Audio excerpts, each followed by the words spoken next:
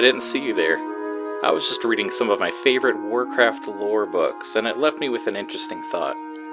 With the expansion coming up soon, big patches always bring big changes. A lot of players want to know what will happen to their favorite class. Is PvP gonna feel good? Will raiding be manageable on alts? Is the new class gonna disrupt everything, or is it gonna be a welcome new addition? Everyone has their own priorities, but I think my biggest concern is the writing. Warcraft was never a high benchmark for writing, but in a comic book tier approach, it's brought us maybe some of the most memorable and classic stories. However, these stories are often represented in very odd ways. In order to understand what's going on, sometimes you need to play the RTS or find some side quests that are easy to overlook. Sometimes you have to read a novel just to fill in the blanks. Often each individual zone will have its own stories that don't connect to any larger world-ending threat. For me, that's the appeal of an MMO. It's the idea of going to a separate world that felt alive. There should be small stories scattered all around, and we should get to make our own stories. Other games, especially the Old Republic and Final Fantasy XIV, handle their MMO as if it's an overworld for a single-player RPG. You, the main character, are not only the chosen one, but also the center of every cutscene and every encounter. Canonically, in World of Warcraft, almost no one knows what actually happened to the Lich King. We heard the tale that he was defeated, and our world is safe from the Scourge, but I'm too busy, finding all these wolf pelts. I gotta make enough gold to stand an inn for the night. I kind of like that approach. Not just for a narrative reason, but also from an RP perspective. It's a lot easier to encourage players to treat themselves as individuals in a larger world and cooperate together instead of trying to hog that spotlight all the time. So that's why it's important to me. The vibe and presentation of the story is a really critical part of immersion, and Shadowlands especially felt like a step backwards. Every turn felt like a very meta piece of writing. I was always very aware that I'm playing a video game and the story was something I'm supposed to feel about. I just never did care. I felt zero emotional connection to any of the characters and places. And I've said many times, I just want to leave this expansion behind. It just isn't for me. But finally, with the Dragonflight Alpha, we get a sneak peek. And are things going back to classic Warcraft storytelling? The epic, heroic, gritty, dark fantasy writing that we all know and love? Let's head on over to Wowhead for a sneak peek of what's to come. If I click here. Okay, so when you go to the Dragon Isles, there's a visitor log in the embassy, and you get to fill it in. So let's sign our name in the visitor log. The first column asks for your name.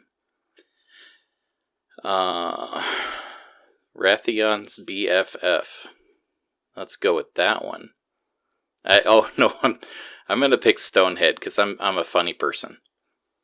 The middle column asks for your arrival time. We can write today's date or the not too distant future. What? Oh my. Okay. The final column asks for your purpose of the visit. See, to aid the Dragonflights, for the Horde, that's tempting. For the cute baby ducks, I do like ducks. To save the world, ... again. My. Okay, why does anyone do anything? Epic loot, for the win.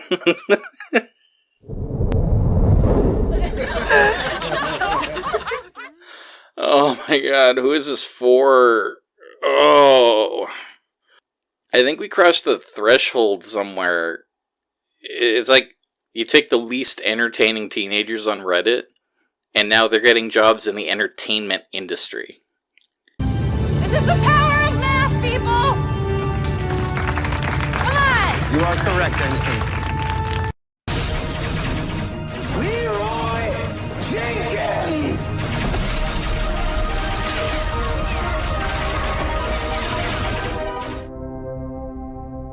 So let's... Leroy Jenkins! Oh my god, he just ran in. Let's go! Stick to the plan! Let's go! Let's go!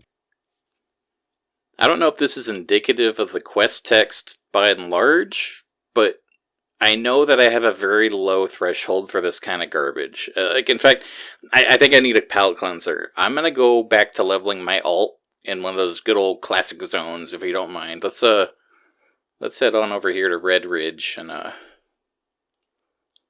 like a fart in the wind. Okay, what happened? Is it all rose-tinted glasses? Am I cherry-picking the few good examples and only remembering those? Well, as luck would have it, just as I was writing my thoughts down on this, WoW had put up another preview of practically the polar opposite of the last one.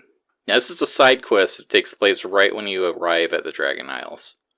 It follows Duro's Scaletaker, who's part of the Dragon Maw, and if you're not familiar with the Dragon Maw, that was the orc clan that basically enslaved and forced the Red Dragons into a breeding program so that they get really cool mounts in Warcraft 2. It's a really dark part of history, at least in the setting, and seeing Duros take these steps to reconcile his guilt and deal with whether he does or doesn't have honor, it's truly kind of fascinating. This is much more what I want out of the setting. While this stuff might be too sappy for some, and even though it's not a pro-war, blood and thunder sort of story, it's a meaningful story, and it acknowledges the world that it's taking place in. There should be consequences for actions, and there should be memories and regrets that characters carry with them. That's how you get character development.